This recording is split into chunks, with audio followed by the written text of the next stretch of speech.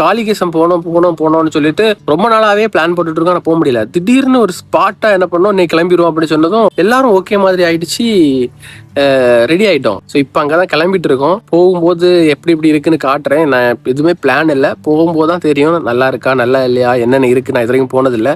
நான் உங்களுக்கு எல்லாத்தையுமே காட்டி தரேன். வீடியோ ஃபுல்லா பாருங்க, சேர்ந்து பயணிப்போம். அப்படி நம்ம கூட இன்னைக்கு சுபில், அப்புறமா இது அஜில்ஸ், இவங்க 2 பேருமே எனக்கு சின்ன வயசுல இருந்தே ஃப்ரெண்ட்ஸ்.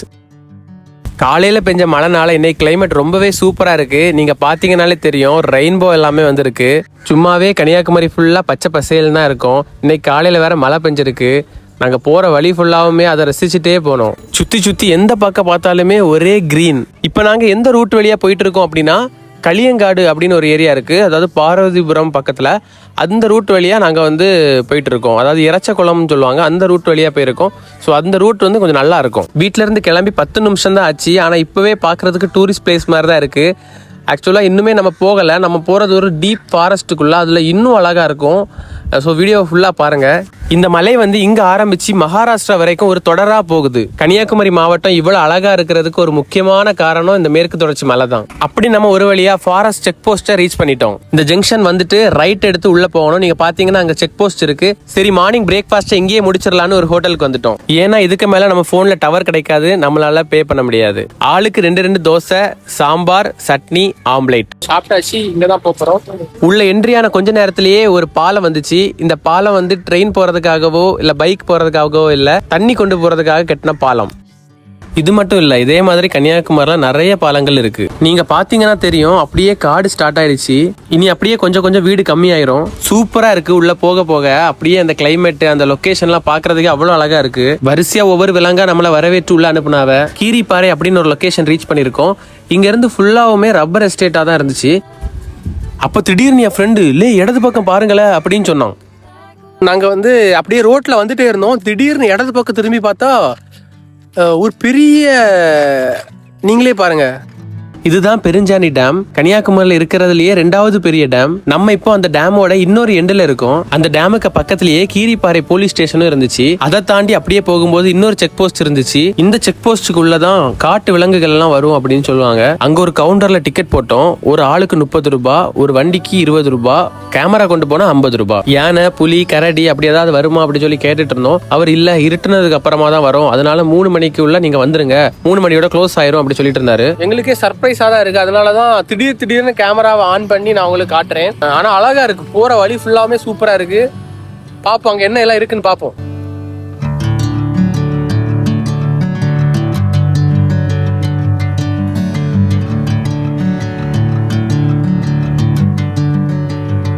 இந்த ஸ்பாட்டை பாருங்க, ரொம்ப அமைதியா, ரொம்ப பீஸ்ஃபுல்லா, கண்ணு கெட்டிய தூரம் வரைக்கும் ரப்பர் தோட்டம் தான் இருக்கு. நாங்க இது ஒரு மிடில் ஆஃப் த அந்த ரப்பர் தோட்டத்துல இருக்கோம்.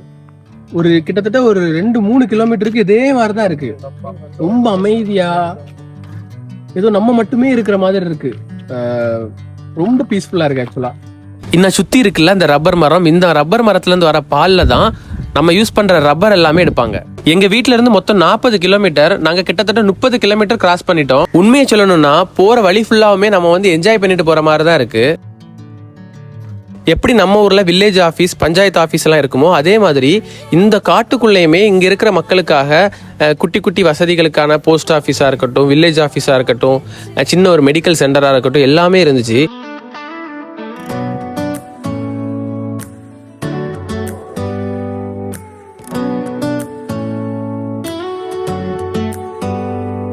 Do you hear that?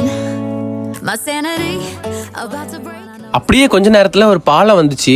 சரி, பாலத்துல வலது பக்கம் திரும்பி பார்த்தா அங்க ஒண்ணுமே இல்ல.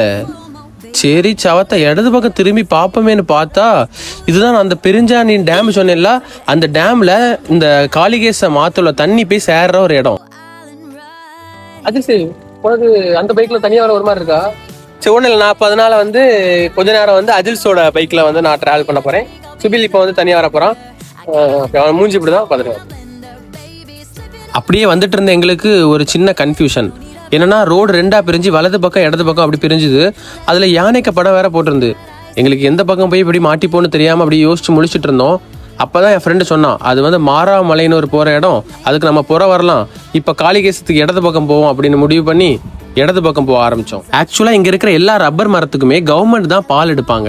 ஸோ இதை வந்து இங்க இருக்கிற பீப்புள் வச்சு கலெக்ட் பண்ணி இதை வந்து இங்க சொசைட்டி மாதிரி நடத்திட்டு இருக்காங்க. அப்படி நம்ம ஒரு வழியா காளிகேசம் வந்து சேர்ந்துட்டோம்.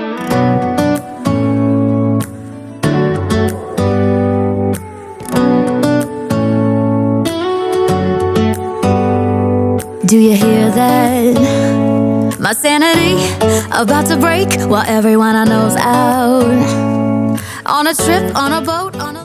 காய்ஸ், ரொம்ப ரொம்ப குளிரா இருக்கு. தண்ணியை பாருங்க எவ்வளோ கிளியரா இருக்குன்னு.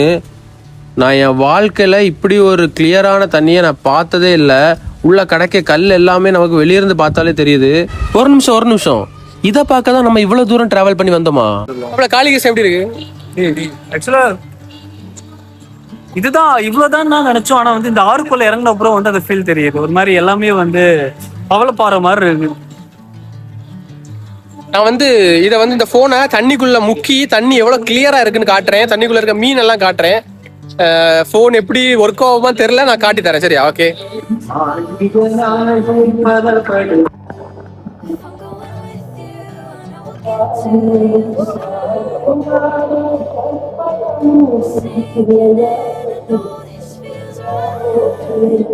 இப்போ நீங்க பாருங்க, நாங்க வந்த டைம்ல திடீர்னு மழை வந்துருச்சு.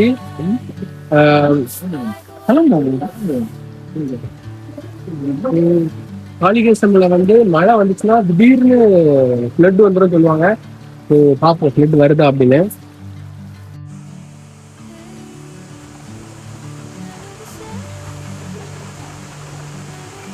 மக்களே, நாங்க எவ்வளவு பெரிய கோமாளின்னு பாருங்க. சரி, எல்லாம் பார்த்தாச்சு, வீட்டுக்கு கிளம்பலான்னு முடிவு எடுக்கிற டைம்ல 2 அண்ணாமார் வந்து, தம்பி எங்க போறிய, இங்க வாங்க, உள்ளதான் விஷயமே இருக்குன்னு ஒரு இடத்துக்கு கூட்டு போனாவ. சரின்னு அவங்க சொன்ன மாதிரி ஒரு 200 மீட்டர் உள்ள நடந்து பார்த்தா அங்க ஒரு வேற ஒரு உலகமே இருக்கு.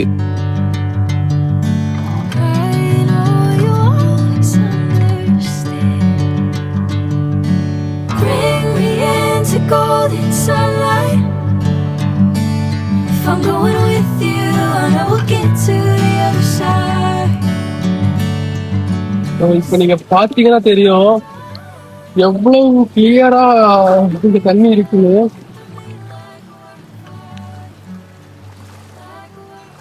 சரியா இழுக்குது தண்ணி. கொஞ்சம் தண்ணி மாதிரிதான் தெரியுது, ஆனா இழுக்கிறது வந்து சரியா தண்ணி இழுக்குது. அங்க ஒரு கோயில் இருக்கு, அந்த கோயில்ல தான் மணி அடிக்காது. இது சரிதான் தெரியல, இதுக்குள்ள ஒரு கோயில் இருக்கு. இன்னொரு பெரிய பிரச்சனைனா போன்ல சார்ஜ் இல்ல. நான் வந்து இவ்வளவு கம்மியாகும் நான் எதிர்பார்க்கல. நான் 60% சார்ஜ் எல்லாம் கொண்டு வந்தேன். பார்த்தா இப்ப சார்ஜ் இல்லாம ஆகுது, 10% தான் இருக்கு. இந்த அளவுக்கு எல்லாத்தையும் எடுத்து வீட்டுக்கு போறது வரைக்கும் பேசிடணும். ஆக்சுவலா நாங்க வரும்போது இவ்வளவு காரே இல்லை, நாங்க தான் ஃபர்ஸ்டா வந்துருந்தோம். இப்ப பாருங்க வரிசையா கார் நிக்குது. அது ஏன் அப்படின்னா வெள்ளிக்கிழமை காளிகேசத்துல ஏதோ அந்த கோவில் இருக்கு, அந்த கோவில்ல ஒரு ஃபங்க்ஷன் இருக்குமா, அதுக்கு எல்லா வெள்ளிக்கிழமையும் இப்படிதான் நடக்கும். உங்க சோறு கொடுப்பாலாம் தெரியல, சோறு கொடுத்தா நாங்க சோறு தின்ன போறோம். நீங்களும் வெள்ளிக்கிழமை மத்தியானம் வந்து பாருங்க. சாப்பாடு இருந்ததுன்னா நான் சொல்லி